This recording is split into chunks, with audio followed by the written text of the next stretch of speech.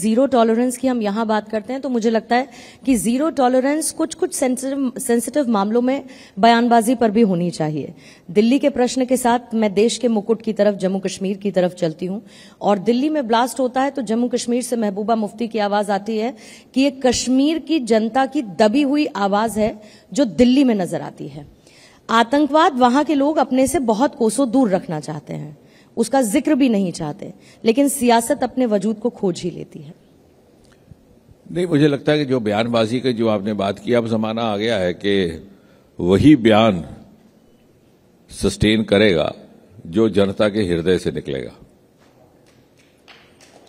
एक जमाना था, कश्मीर घाटी के राजनीतिज्ञों और सियासतदानों के बारे में एक कहावत मशहूर थी कि श्रीनगर में एक बयान देते हैं, वहां पर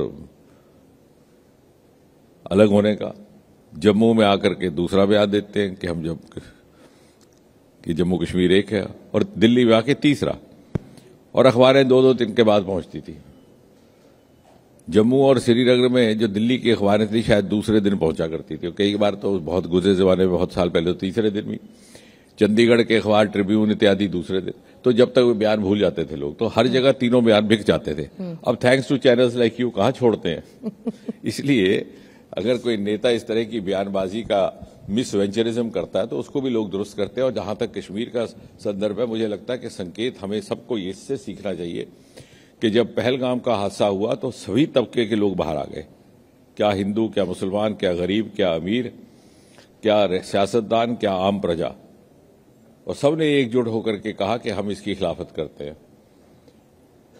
तो जब ऐसे में मुझे लगता है कि क्योंकि मैं किसी के ऊपर व्यक्तिगत कभी टिप्पणी करता ही नहीं जी, और इसलिए शायद मेरा भी वो लिहाज करते हैं लेकिन मैं ये समझता हूं कि हमको सोचना है कि अगर ऐसा माहौल है तो फिर मैं किसके लिए बोल रहा हूं। जनता के प्रतिनिधि को या किसी भी जननायक को तो जनता का ही प्रवक्ता होना चाहिए ना।